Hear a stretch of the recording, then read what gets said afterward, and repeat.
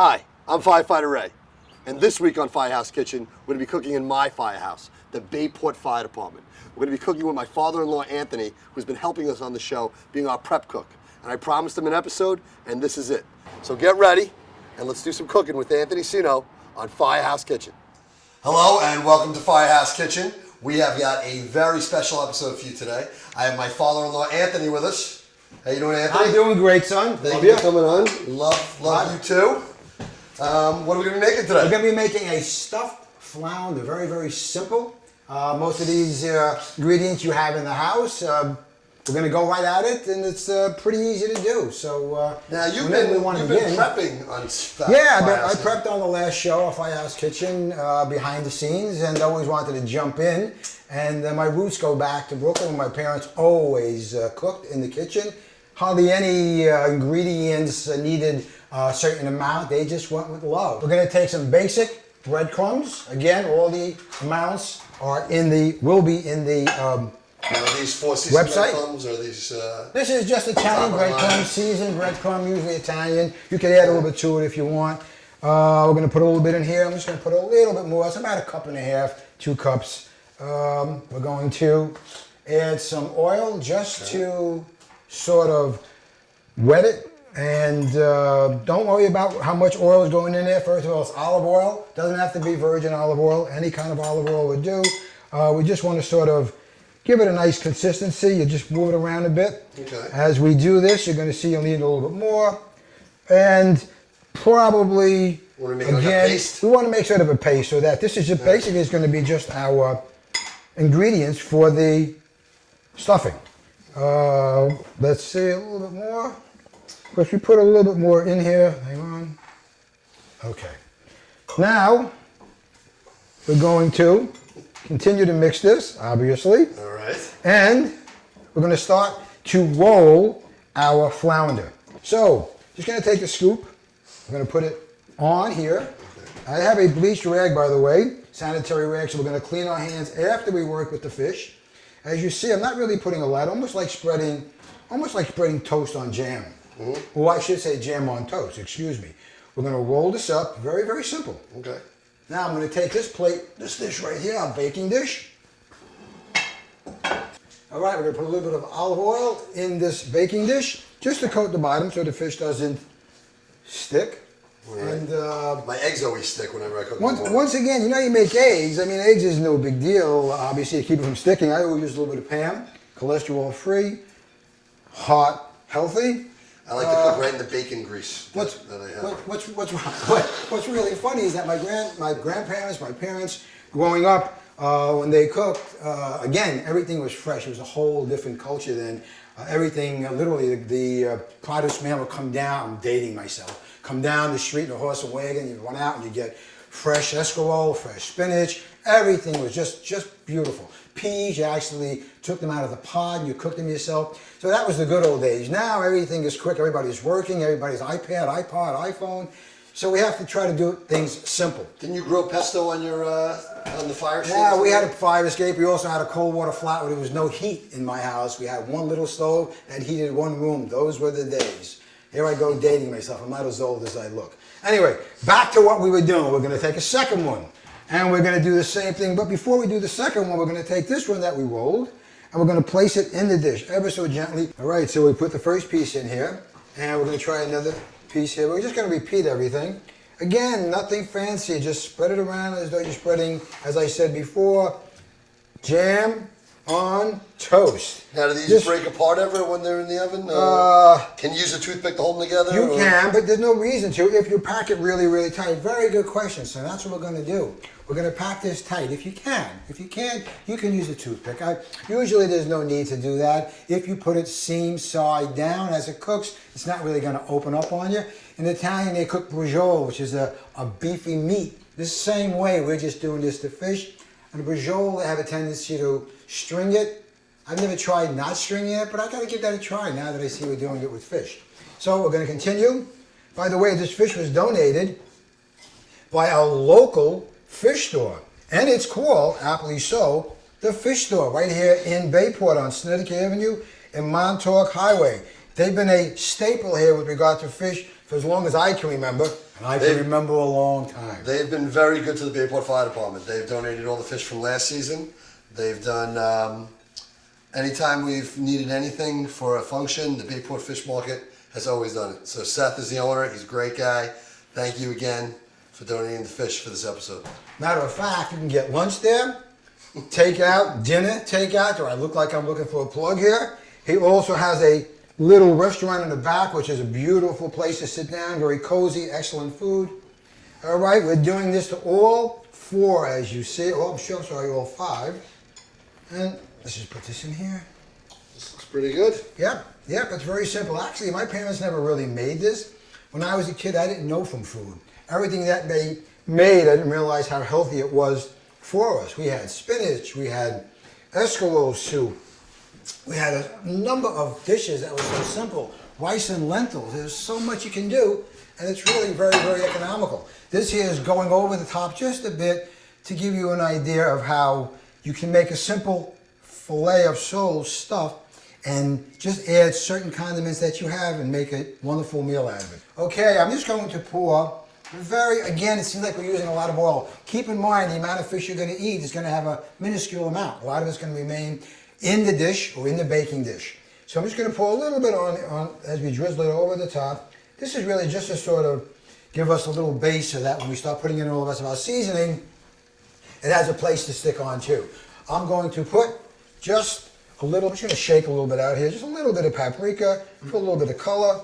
We always want to make it look good. I worked for a gentleman many, many years ago. His name was Ben, may he rest, and in a luncheonette when I was a kid. And he told me, you know, Anthony, it's got to look good to your eye. If it looks good to your eye, it's going to be delicious in your belly.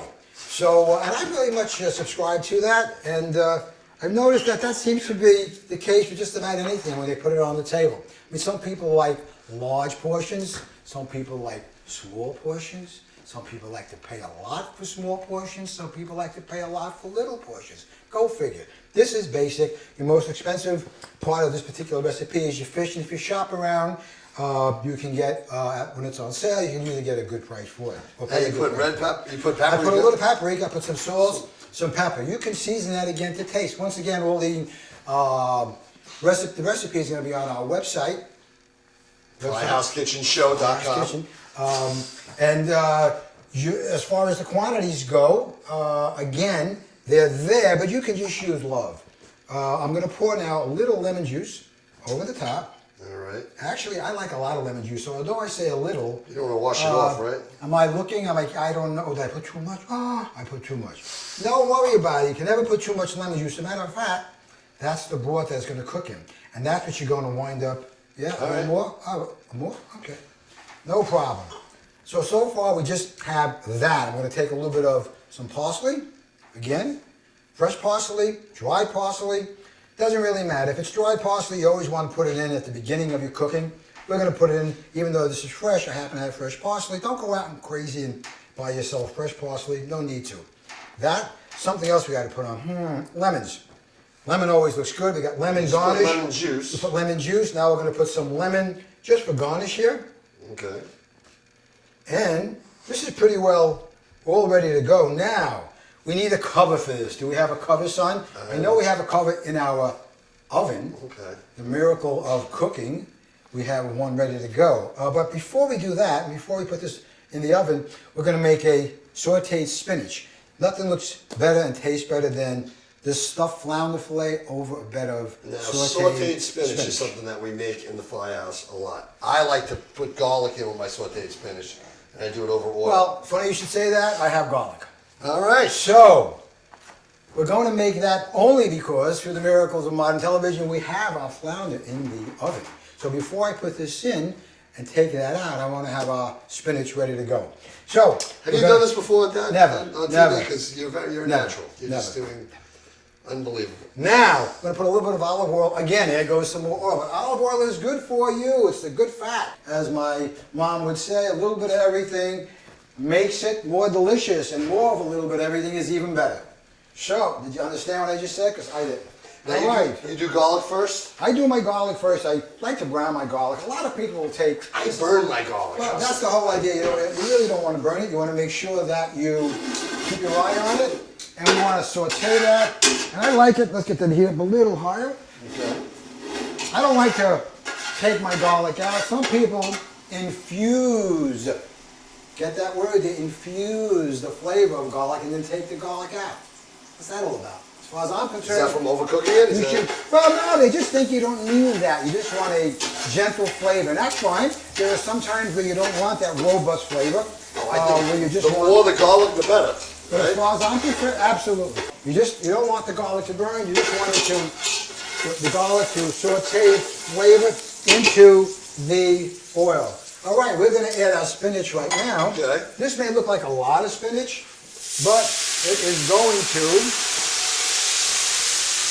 turn into nothing. actually become it becomes very, very limp.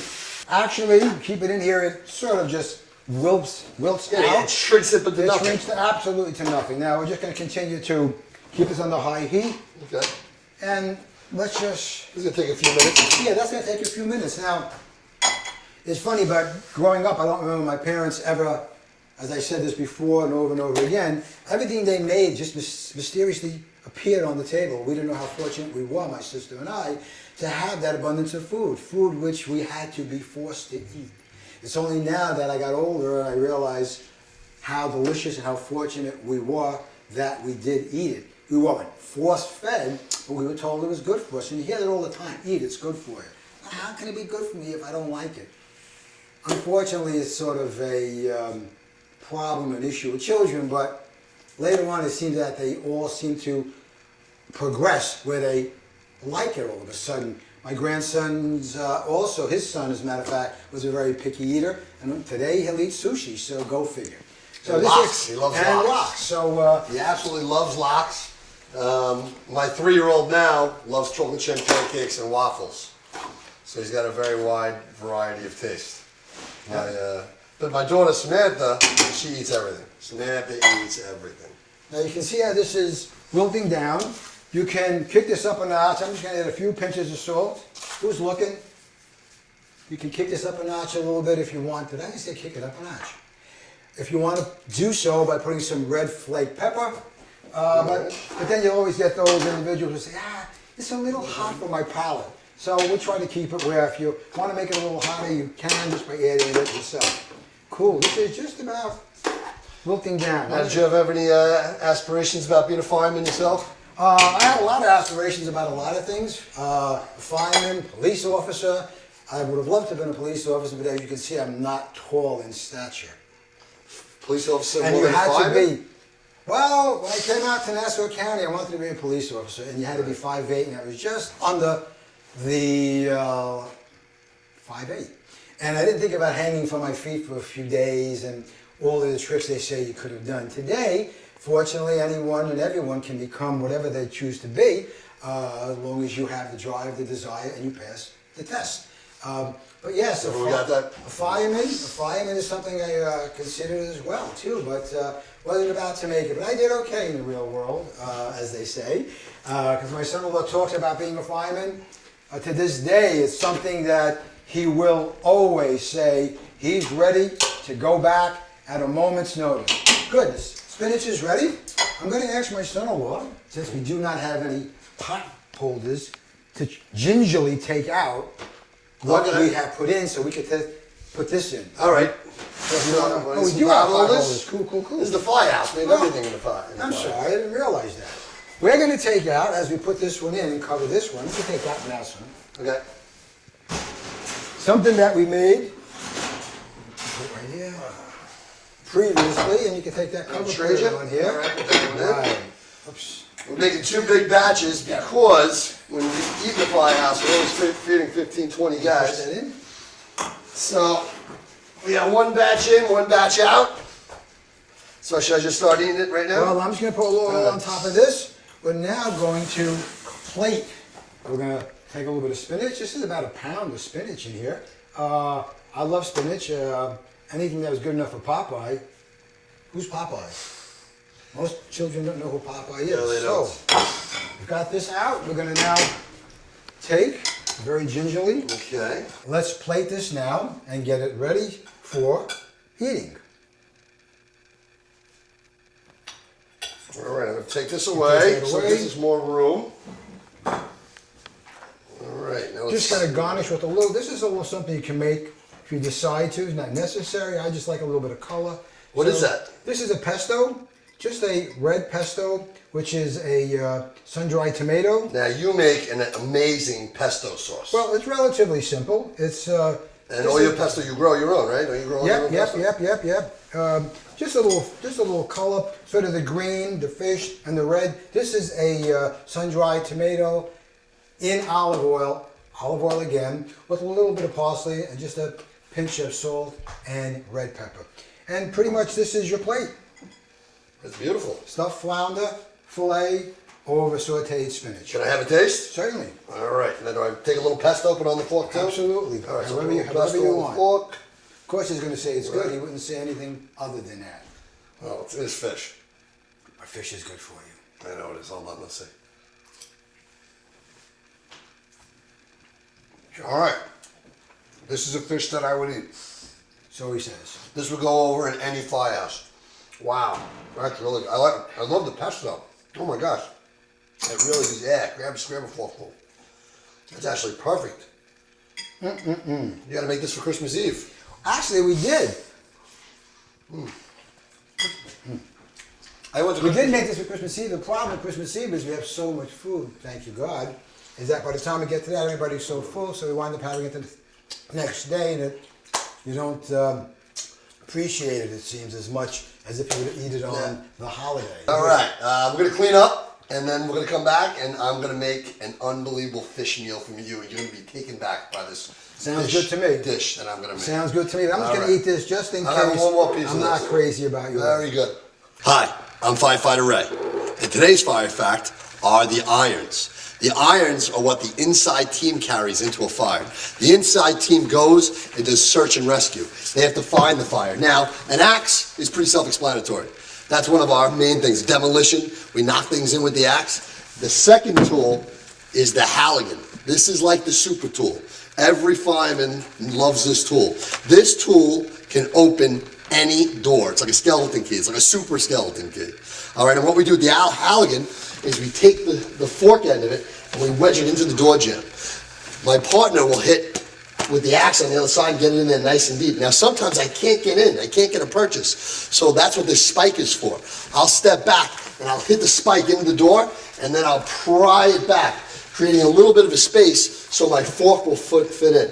So now I got the fork in the door, I got my can man hitting the end of the Halligan, it gets in nice and deep, and then I pry it. Now I make sure the door doesn't fly right open. So sometimes I'll take a hose spanner, I'll put it around the doorknob, or I'll even might have a fireman just standing here with his shoulder so the door doesn't fly open. If that door flies open, that could add a lot of oxygen to the fire and that could bring the fire out to us, or it could just make that fire stronger inside. So you want to keep the integrity of the door. So these are our super tools. This is our Halligan, and this is our axe. Okay, these are our fireman's best friend.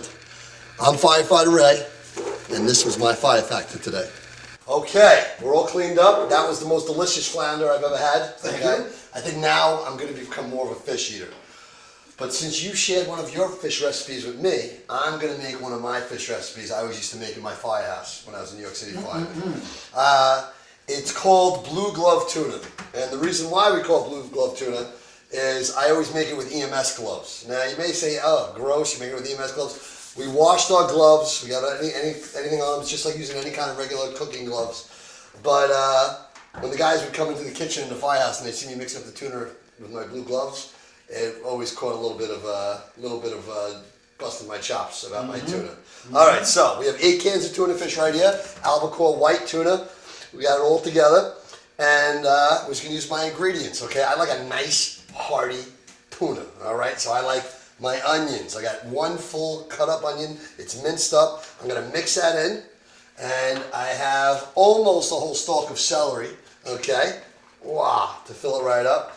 One of my favorite ingredients, relish. every tuna should have relish. It's something about how the It's salt, good, absolutely. the salt I agree. and the mayo get together.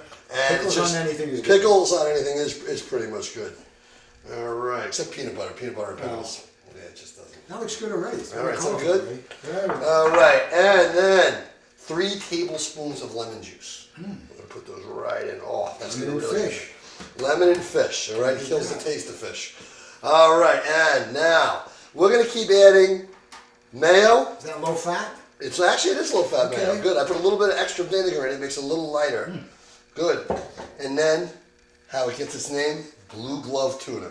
You got to get in there. And you Dig in. gotta I'll mix let it you around. do it. So I'm gonna mix it around right in there. Good. Now what makes this blue glove tuna so good and why it's so separate from just regular tuna is how much we grind it up. If you get tuna in a deli, you'll see if it's got a lot of chunks in it, yeah, they didn't mush it up with their hands. You want this tuna mushed up with your hands. And you know, what makes it a bit cleaner is we do it with our nice blue gloves. Dad, if you can add a little bit of mayo, that would be wonderful. That's it. Yeah, give me a little more, because we like mayo. Absolutely. And it's low fat, so we can go twice as much. Yes, that's Does that it. make sense? Yeah. You want to get in there, Dad? You want to mix it around? No, you're doing a good job. You like what I'm doing? Yeah, All that's right. good. Yeah, I don't want to. All right. Now, tuna fish has high in protein. This has got onions. It's got pickles. Very, very healthy for you. The only thing that's bad for us is the mayo. But what's mayo made out of? Egg yolks. So, how bad is it? It's got a lot of cholesterol, but Is he sinking down, going down with the ship here? there we go. Egg yolks? But at egg that. yolks are What do good. you think? That looks great. Ah, that's it. That Some looks blue really- that glove really tuna. looks good. How they Doesn't make that it in look the deli? tasty? All right. Now, when I used to make this in the firehouse, 15 guys. Good. And now, right when I think it's just about done, I add one more ingredient. Okay? Ritz crackers. All right? I like 1 sleeve of Ritz crackers per 8 cans of tuna. All right. So I'm putting my Ritz crackers in. I'm going to mash them all up. Yeah, that feels like it's enough. Good. And I'm just going to mix it right in. A little more mayo. We need more mayo. Yes, sir. Important. More Yes, mayo, sir. the better. Yeah, one more big one. Sure. That's it. Any more? I think my tuna is ready when it's almost as white as the mayo itself. There we go. And we mush. Run it through the hands. It's actually a pretty good feeling you get here, mushing up this tuna. That really looks good, I gotta tell you. All right. Are you ready to plate it, Dad? Let's plate it. All right, let's grab. You can grab the plates right from behind me. How are you gonna plate this? You gonna make a sandwich? We're out going to of it? make a sandwich. Yeah, listen. No, we're we gonna- got 2 plates. We got 2 plates. We're going to make it on regular white bread Oh, because it's the yummy. fire department. We're not trying to win Yummy. any culinary awards. Awesome. Oh, I'm going to make mine. Whoa, doesn't that look Nice just and spectacular? simple. Awesome plating, yes. Awesome. Can we cut this? Notice my garnish? No, we don't cut off sandwiches. The fire department. We pick it up and we take a bite. Are you ready? I'm ready. All right. This is my blue glove tuna.